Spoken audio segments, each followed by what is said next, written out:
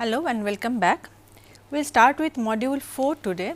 Module 4 we will discuss morphology, as in the acquisition of morphology by young learners, that is young children, how morphological factors, morphological components of the language get first acquired and then produced by children, and what are the theories with respect to morphology and what are the kind of stages that children typically go through.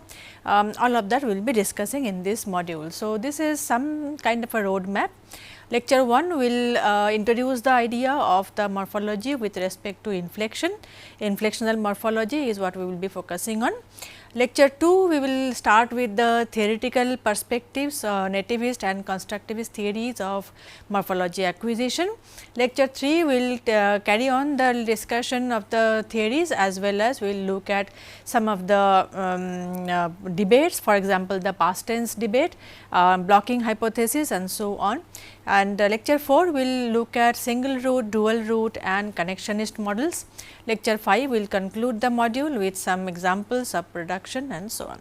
This is a rough road map, as I always say that this is a pointer, but sometimes we might spill over the material from one lecture to the other, and sometimes it will not be able to we will not be able to constrain the entire discussion within one lecture. So, sometimes it spills over, but this is roughly the way we will go forward. So, to start with the beginning, start with 0, let us say. So, we will talk about what is inflection, what are the variations, how they are typically marked in different languages of the world and so on. So, when children are receiving input from the environment, when they are listening to words or say sentences, they do not receive just a string of simple bare words. So, in a sentence we have words, we have different kinds of grammatical markers. So, there are all kinds of things beyond the bare words. So, you cannot simply say like we have seen in telegraphic speech, there will be just two words put together. Baby go, something like that, but that is not how the input of the child will be. This is how the child might start to speak in the beginning, in the very first stage, but this is not how the input is. Input will have various kinds of markers. So, many of the words would have what we call modulations to add extra meaning. So, for example, to again go back to our baby go. So, baby go can have various kinds of meanings, but in adult speech we need to specify whether the baby is going, baby will go, baby had gone and so on and so forth. So, these are the extra meanings that make our sentences, our utterances meaningful in a given context. So, because languages are spoken in context, we need all of that extra information, and this is what we mean by the modulation. So, we need those added information, not just the bare words. So, often these modulations will take the shape of what is grammatically known as inflection. So, inflections bear those extra information that are essential for carrying out a meaningful conversation. So, these inflections are added in various forms. They can be prefix, they can be suffix, infix, various kinds of things, various ways they might be added to the words, and the range of meanings might also be different. So, when we talk about prefix and suffix, we are talking about the position. So, in terms of position, they might have differences across languages, or even within language different kinds of inflections can take different kinds of positions, that is one. And secondly, these also have a range of meanings. So, their job is to convey a range of meanings. For example, like case markings point to the role of a noun in the action, and then number, person, gender markers define the nouns with added extra information. So, for example, if you are using a pronoun and then you want to say whether you have eaten. So, maine khana khaya. So, here the ne marking is attached to the main, which means that the subject, the agent of the action is me, the first person singular number. So, that is what is a marker, that is a nominative marker in this case. So, this is what we mean by added information. So, in this sentence the person who has done the action takes the nominative marker, the object takes an accusative marker and so on. Similarly, you can have number, person, gender, we will look at them in detail, but these are the categories that we are talking about here. Verbs also may be modulated with information in terms of the time of action, the aspect marker and so on. So, when the action happened, verb will take a grammatical component to refer to the time of the action. So, whether the action has happened, is happening right now or it is going to happen. Typology refers to the cross linguistic comparison on various kinds of grammatical properties.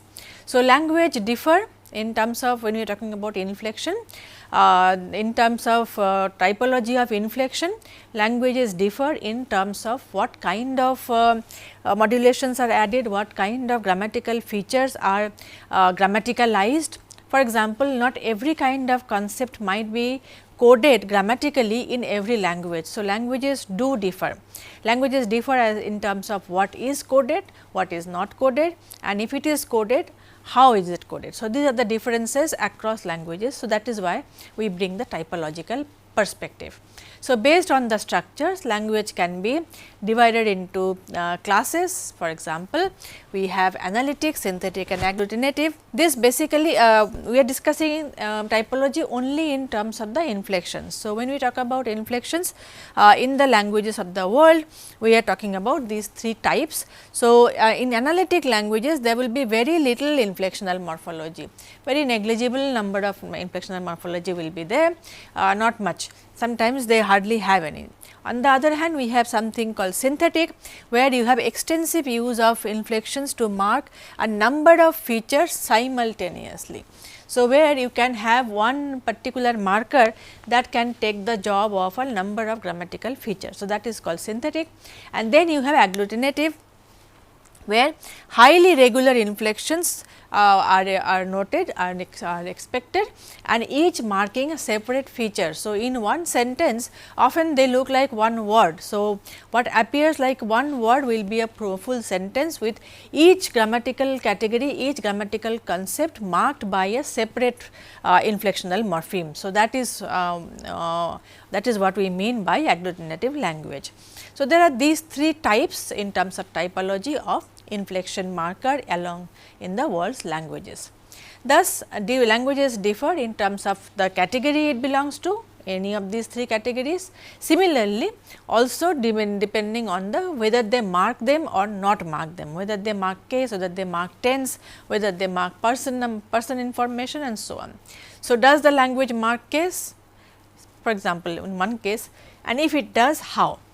Is number marked as a suffix with a numeral classifier, or is it marked as a like in English plural. So, you just add a s and then house becomes houses. So, SES.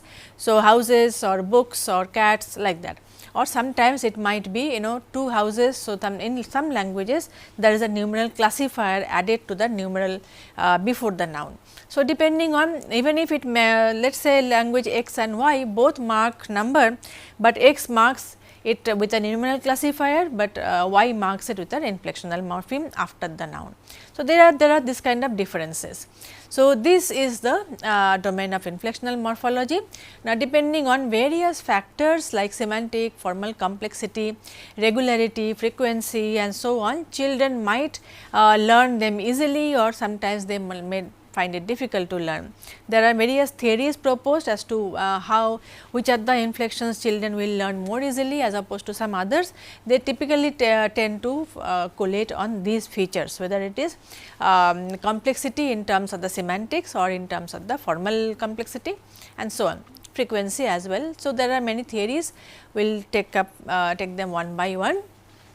Now, let us look at the structures first, as in what kind of inflections and what kind of marking those inflections can take, as in what kind of concepts grammaticalized through inflections and how they are reflected in different languages. So, first thing first, morpheme. What are morpheme? Morphemes are the smallest meaningful units of words. So, they are smaller than words. So, even a marker like S, for example, in English language, this is a morphemes, because it has a meaning. It signals the meaning of plurality in English. It also has the information of third person and so on. So, that is what. So, these are the in the word books there are two. So, there is book and then there is S. So, these are the two meaningful units within the word books. So, the domain that deals with understanding and finding out the structure of these morphemes across languages is called morphology. So, how morphemes are, how do they combine to create words, how do they combine in terms of, say, let us say subject object agreement, all of these will be discussed within morphology. So, this primarily deals with two types of morphemes, inflectional and derivational morphemes. So, inflectional morphemes, these are the morphemes that are used to denote different grammatical features like tense, aspect, number, mood, etc. The derivational morphology on the other hand are morphemes that are used for changing the word class.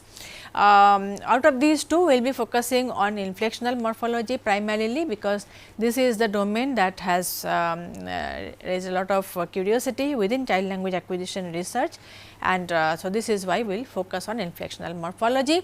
So, inflectional morphology used to express grammatical features of a language. We have already seen that in English language past tense marker is ed. So, this is when we want to denote that the action took place before the time of speaking. So, what is past and what is future basically is a reference term, reference with respect to the time of speaking and the place of speaking, the person who is speaking. So, based on all of these, we have the tense marking, we have the the spatial locative markers and so on and so forth. So, in terms of the time, the event of time of the event will be marked. So, is the event happening as I am speaking, then it is present continuous tense. If the event I am talking about has already happened, then it is past tense, like that. So, therefore, I walk in the park every day, it becomes walked with the help of this inflectional morpheme, and then we have we turn the sentence from a present tense sentence, present habitual, to a past tense in this, just by adding the ed morpheme. So, across the world's languages, inflections mark a host of different features, different grammatical features. Let us see some of them, some of the most common inflections and their grammatical role. Person marker, let us start with person marker. Many languages allow person marking on the verbs. So, depending on the agent of the action, the verb can take different kinds of markers like first person, second person, third person. So, for example, in Hindi you have like मैं काम करता हूँ, तुम काम करते हो and वो काम करता है. So, this is how the person information is marked in the verb of this language. So, this is the auxiliary and this is the main verb. So, here you can see the change is happening in in both the main verb and the auxiliary. So, मैं करता हूँ, वो करते हैं, or you can also have वो करता है depending on honorificity as well. That is another important feature in many Indian languages, but at the root level here we are talking about the person marker. So, person marker is visible in this way in this language. Similarly, in Bangla, if you are talking about আমি যাই, I go, তুমি যাও, so it becomes যাও, যাই, যাও and ও যায়. Right. So, this is what we mean by person marker. So, looking at the verb, you can even if we are not using the noun, Hindi language, Hindi or Bangla also offers the opportunity for dropping the subject. So, you just looking at the verb, you will know the person who is the agent here. So, that is person marking in some languages. Next is number marking. Number marking indicates the number of persons or objects under consideration. So, this can be marked on the noun as well as on the verbs. Most languages have typically around the world most languages have two numbers, singular and plural, but there were another number which is the dual number that was there in some of the classical languages. Some Sanskrit had, some other languages also had the dual number, but since they are not very common, we will stick to only singular and plural. So, in English plural is marked with S. So, boy boys, cat cats, book books. So, that is a plural marker. Singular number does not require a marker in English language. So, again some English and Hindi and Bangla examples. So, we have books, dogs, ladka, ladke, then boy, boy is book, and then boy gulo. So, there is a marker here that talks about the plural marker in Bangla. In some languages, person and number are both marked on the grammatical subject. So, like in English, I am, you are, he is. So, the pronoun is telling you the person.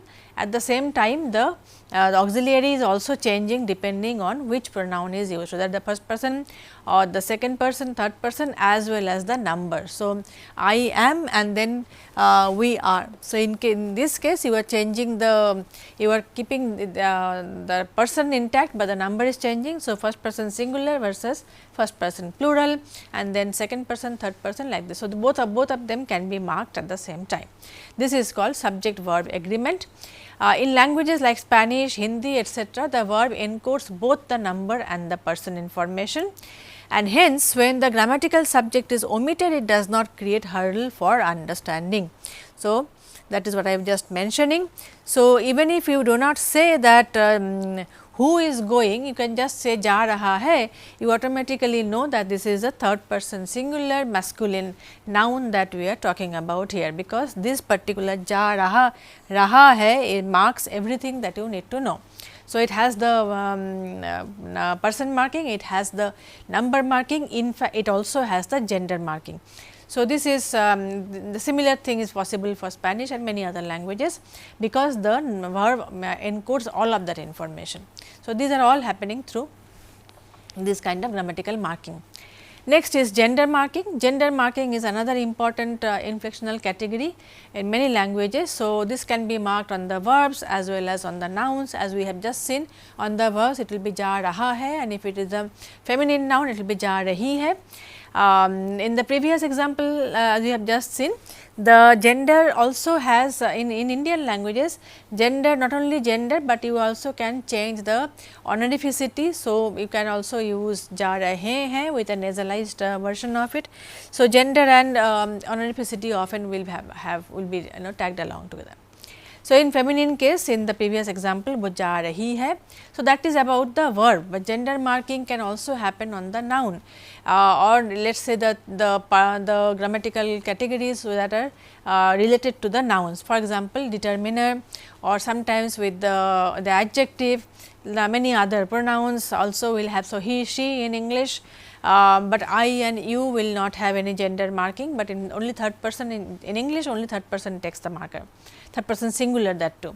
Other cases it does not, but in some languages for each of the person and each of the numbers there might be a gender marking for masculine, feminine, as well as some languages mark neuter as well. So, in this is an example of Bengali adjectives. So, you can have Sundari and Sundor depending on depending on the noun. Similarly, he, she in German, due to the TV commercials, we all are familiar with das Auto. So, that is in German there is a three-way distinction between die, der and das. So, these are all gender marking. In this case it is determiner. Similarly, French also has this le, la difference and so on. Some languages also allow for grammatical gender on inanimate nouns, which is in case of French as well as in case of Hindi. So, it is inanimate objects will obligatorily take either masculine or feminine gender, and that also has it is grammaticalized in these languages. So, the same then the same rules will apply to inanimate nouns with respect to determiner as well. So, depending on what is it is considered, whether a washing machine is a masculine or a feminine, depending on that you have to choose the determiner in French and German. Case marking is yet another domain of using for our inflectional morphology, which is pretty common across the world's languages. Case marking reflects the grammatical roles of the nouns and pronouns in a sentence. So, are they in the subject position, are they in the object position, direct object, indirect object, is it the agent of the action, recipient of the action or whatever, depending on that, depending on the relationship between the verb and the subject, verb and the nouns, they will be marked for case. So, there are possibly there some languages mark a number of cases. For example, Indian languages have many more case marking as opposed to some other languages, let us say. So, for example, you can have nominative, accusative, dative, locative, instrumental and all these different case markings. Nominative case marking will reflect the agent of the action, like I was giving an example of maine khana khaya. So, who has eaten? I have eaten. So, I am the agent of the action of the verb denoted by eating. So, what did I eat? Khana khaya. So, khana is the direct object here, which takes the accusative marker. So, this is the receiver of the action. So, nominative, accusative and so on. So, Ram ne Sita ko pustak di. So, this is the nominative marker here. This is how we mark the case marking in Indian languages. So, Sita is the receiver, that is the accusative case and so on. Then there is another grammatical marking called the classifier. Now, this is not very common in all languages, but many languages do use classifier. Now, classifier, as the name suggests, it classifies the nouns, typically nouns in a particular group. So, it depends, this is language specific, typically there is not much of universality there.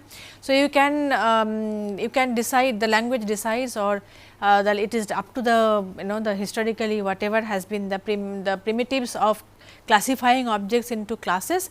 Based on that, there will be some sort of a morpheme, some sort of inflection that is obligatorily used with the noun to denote which class it belongs to, right. So, these markers may denote a number of concepts like animacy, appearance of the object, usability, a number of things can be done. In fact, the very famous book Women, Fire and Dangerous Things does discuss this at length. So, for example, in a language called Dirbal, an Australian indigenous language, they have classifiers like Bai, Bala, Balam. So, these are inflections that are obligatorily used with all nouns in the language. So, depending on which class of these which class of noun they belong to, they will take one of these classifiers alongside the noun. So, that is one kind of classifier. Similarly, you can have the numeral classifiers. Numeral classifiers are added with numerals in a language before that qualifies the noun. So, for example, if you want to say one book in Bangla, it will be ekta boi. So, similarly, one girl ekti me. So, this part is the thing that we are talking about here. So, it comes with ek is one, then the ta classifier followed by the noun boi, book. So, these are the two main kinds of classifiers that also are there in terms of inflectional morphology. We also have this kind of grammatical concepts. So, these are some of them in one domain. Now, we have tense and aspect, which are primarily inflectional morphology with respect to the verb structure. So, tense marking, as we all know, tense refers to the time of the event. So, you place the time, you place the event on a time scale. So, right now I am here. So, if this is a time scale, I am here. So, this is present, but I am talking about something that happened here, then it becomes past tense, like that. So, this is how we divide. However, it sounds like a given, but it is not always the case, because in some languages tense is not marked on the verb at all. So, languages do differ in terms of the tense and aspect marking, but anyway, whenever they do mark, there are many ways of defining them, past, present, past, future, but then there are other ways also, but let us stick to the common ones. So, past, present and future. This gives us this three different kinds. In English, ed is a past tense marker. In Hindi, past tense can be marked with an auxiliary tha, thi. So, मैंने देखा था, मैंने उसको देखा था. So, I saw him or her. So, tha here is giving us the past tense marker. So, this is another kind. Aspect on the other hand refers to the way an event is viewed within a time frame, like whether an action is completed or it is ongoing. So, present progressive tense or past progressive tense, I was going, I am going, and so on. So, in English ing marks continuity, has, this is for V for verb.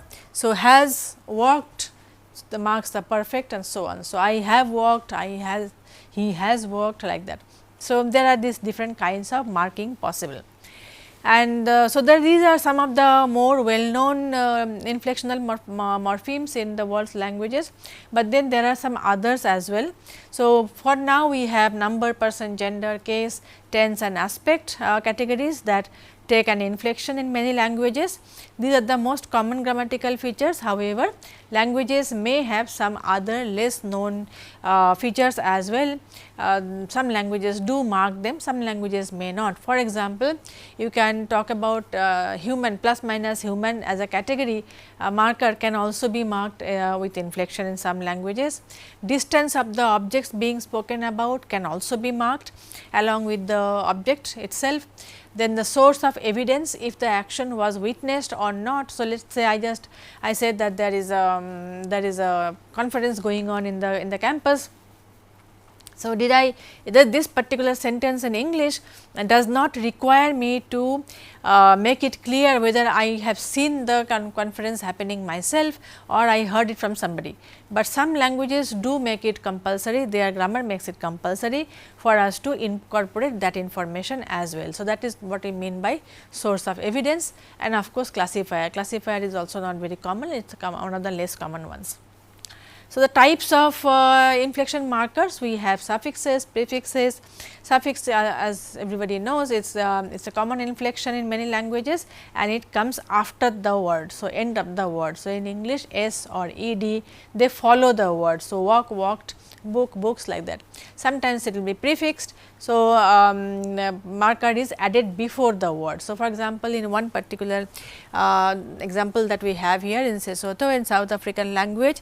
So, this is the part that changes. So, for example, this means a woman. So, to make it into a plural, mo changes to bo, and that is, this is what we mean by the inflection, grammatical information by using prefix. So, the inflection here comes before the noun.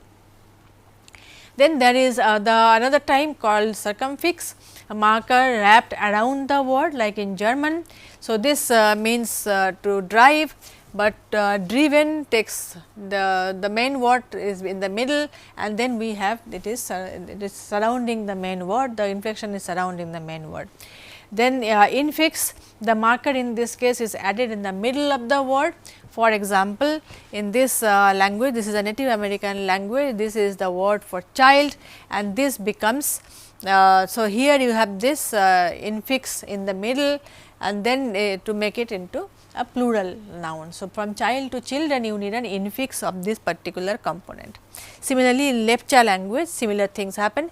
This means die, and with an infix here, it means kill. So, that is how words can change. So, these are the different types. Some other types, for example, it is also possible to change the vowel in English, woman, woman. Sometimes the form of the word itself changes entirely. So, go becoming went, and that is where many children make a lot of mistakes as well. So, go becoming went, similarly être in French to become je suis, this is to be.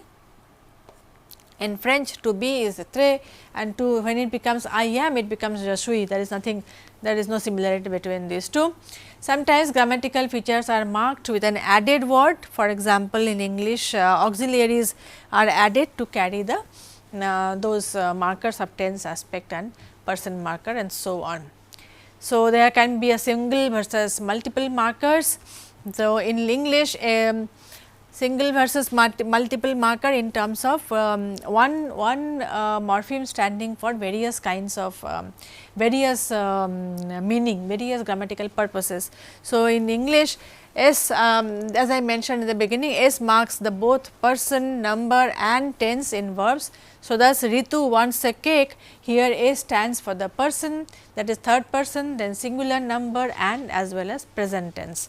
But in some other languages which are agglutinative languages, each feature is marked with a separate marker. So, in this case this is Quiche Mayan language, a single word, this looks like a single word, but this means you are hitting me. So, each of these parts. So, the ka part means this present tense, in stands for first person singular object, this is third person singular subject, then hit, the main verb comes here and then again present tense. So, that is what we mean by an agglutinating language, where each of the grammatical purposes is reflected through one morpheme each. So, then together they come together to form a sentence which looks like a one word.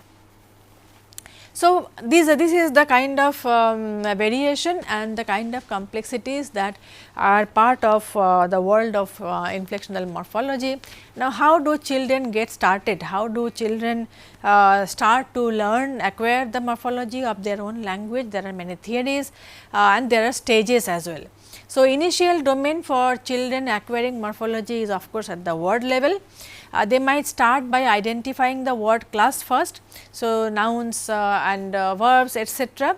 Then through an understanding of our shared properties, they might arrive at the understanding that nouns refer to people, object, verbs refer to action. So, this happens as they go through as they go through experiences, and they have across context, across situations, when they see that certain kinds of words refer to certain kinds of things. And then through understanding of shared properties around objects, they realize that objects have a name which is typically the noun, and then verbs have a verbs denote an action. So, this probably happens, and after that they go on adding the added information to that. But this may not be very easy. So, there are various theories as to how they go about it.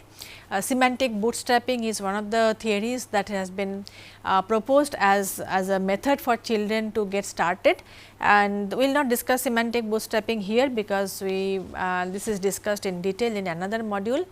But these are various ways. So, first they identify the words and what they denote, and then they go about finding the inflections and the grammatical properties. So, stages, they start using inflection through of course stages like everything else. At first they may use just the bare words, bare forms, then they may pick up only one inflected form for each word and use only that. So, they get one form, let us say walks, and then they start using walks for everything, even though it should be walked and whatever. So, that can be one. So, one of the very well known older studies about the stages, it goes back all the way to 1968. He observed at least 3 stages through which children master irregular and regular verbs. So, in the stage 1 will be sporadic use of few irregular past tense forms. Stage 2, they get the ed suffix on regular verbs, and then stage 3, ed on more regular verbs and also on irregular verbs. That is when they start to say word like bringed and bide and goed and so on. And this is when they have started to generalize, and they have gotten the hang of the rule and they apply it everywhere. So, over generalization, this is the stage of over generalization when that they achieve. So, after this they tend to take several years to learn the conventional past tense forms in English, as has been shown by Brown later. So, this is where we complete in lecture 1. In lecture 2, we will start looking at the various theories that have been proposed in order to understand these stages of stages of acquisition of the inflectional morphology among children. Thank you.